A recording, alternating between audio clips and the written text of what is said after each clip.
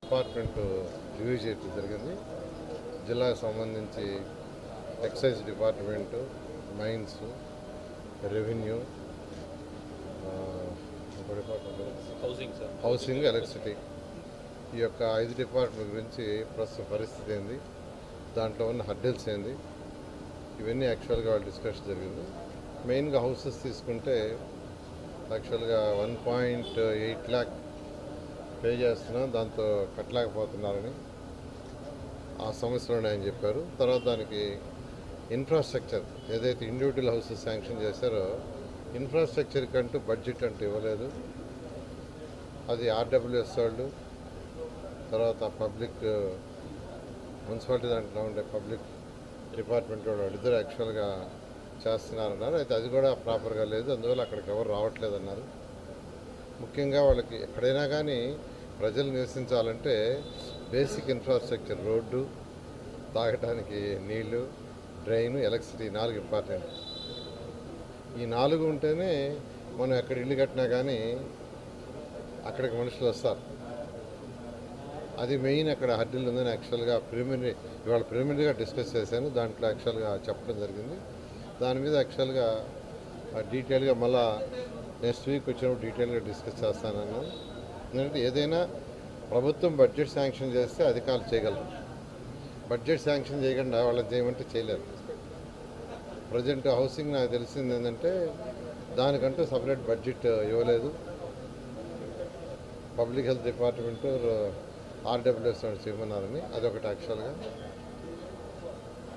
అదేవిధంగా ఎలక్ట్రిసిటీ డిపార్ట్మెంట్కి సంబంధించి సిటీలో యాక్చువల్గా కొన్ని సబ్స్టేషన్స్ కానీ వాటి మీద కూడా యాక్చువల్గా డిస్కస్ చేశారు, ట్రాన్స్ఫార్మర్స్ వాటి గురించి. అవి కూడా యాక్చువల్గా ఇంకా కొంత డీటెయిల్ డేటా అడిగాను. అదేవిధంగా మైన్స్ ఏదైతే ఈరోజు కొంత డిస్కస్ చేయడం జరిగింది, ఇంకా కూడా కొన్ని డీటెయిల్స్ అడిగాను. మరొక 4 రోజుల్లో నేను మళ్ళీ వస్తాను, ఆ డీటెయిల్స్ అని తీయమని. అవన్నీ కూడా తీసిన తర్వాత చేస్తాం. ఒకటే నేను డిపార్ట్మెంట్ అధికారులందరికీ చెప్పేది ఒకటే, ఎవరిని కూడా అరాచ్ చేయకుండా ప్రజలకు సుపరిపాలన కావాలి, హరాస్మెంట్ వద్దు, వర్క్స్ ప్రజలకి ఇమీడియట్గా జరగాలి. ఏదైతే రూల్స్ అండ్ రెగ్యులేషన్స్ ప్రకారం ఉంటాయో అవన్నీ. రిగార్డింగ్ నుడా వాళ్ళతో కూడా నేను డిస్కస్ చేయడం జరిగింది. ఈ నుడాలో కూడా లేఅవుట్స్లో కొద్దిగా అవకతవకలు ఉన్నాయని నా దృష్టికి వచ్చింది. అవన్నీ సరిచేయమని చెప్పాను.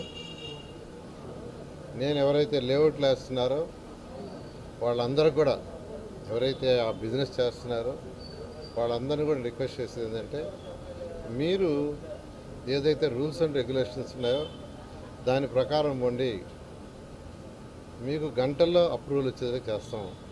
ఎందుకంటే ఈ భారతదేశంలో ఫస్ట్ టైం ఆంధ్రప్రదేశ్లో 2014-19 కానీ మినిస్టర్ ఉన్నప్పుడు బిల్డింగ్ అప్రూవల్ ఆన్లైన్ తీసుకొచ్చాను. వితిన్ సెకండ్స్లో అప్రూవల్ వచ్చేటట్టుగా. ఎవరైనా వాళ్ళ ఇంట్లో క్యాడ్ సాఫ్ట్వేర్ ఉంటే వాళ్ళ ప్లాన్లుగా దాంట్లో సబ్మిట్ చేస్తే వితిన్ సెకండ్స్లోనే maximum 1 or 2 minutes plan approval. 1 week లోపల ఆఫీసర్లు చెక్ చేసుకోవాలా, లేదంటే డీమ్డ్. అదేవిధంగా లేఅవుట్స్ కూడా తీసుకొచ్చాం. అయితే వీటిల్లో జిల్లాలో ఎక్కువ అవతరణలు జరిగినాయని రకరకాలుగా వచ్చింది. అయితే నేను ఇంకా డీటెయిల్గా పోలేదు, అన్ని డీటెయిల్గా స్టడీ చేస్తాను. బట్ ఎవరైతే ఈ లేఅవుట్స్ అవి వేసి వ్యాపారం చేసుకుంటున్నారో తప్పులేదు. బట్ ఏదైనా ఉంటే మీరే కరెక్షన్ చేసుకోండి. ఎక్కడ కూడా కాంప్రమైజ్ ఉండేది కాదు, నేనైతే ఉండను, ఎవరిని కూడా అరెస్ట్ చేయను.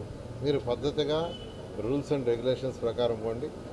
ఏదున్నా కానీ మీకు క్షణాల్లో వర్క్ చేసేట్టుగా చేస్తామని తెలియజేస్తూ, నేను అందరికీ అటు పోలీస్ అధికారులకు కానీ, రెవెన్యూ వాళ్ళకి కానీ, ఎలక్ట్రిసిటీ వాళ్ళకి కానీ, అన్ని డిపార్ట్మెంట్లు అధికారులందరూ కూడా చెప్పాను, పరిపాలన స్మూత్గా ఉండాలి, అరాచకం ఉండకూడదు, ఎవరిని ఇబ్బంది పెట్టద్దు. ఏ పార్టీ అయినా ఎవరిని ఇబ్బంది పెట్టద్దు. ప్రజలు ఏ పార్టీ అయినా, టీడీపీ అయినా, వైఎస్ఆర్సీపీ అయినా, బీజేపీ అయినా, జనసేన అయినా, ఇంకొక పార్టీ అయినా ఎవరిని ఇబ్బంది పెట్టద్దు.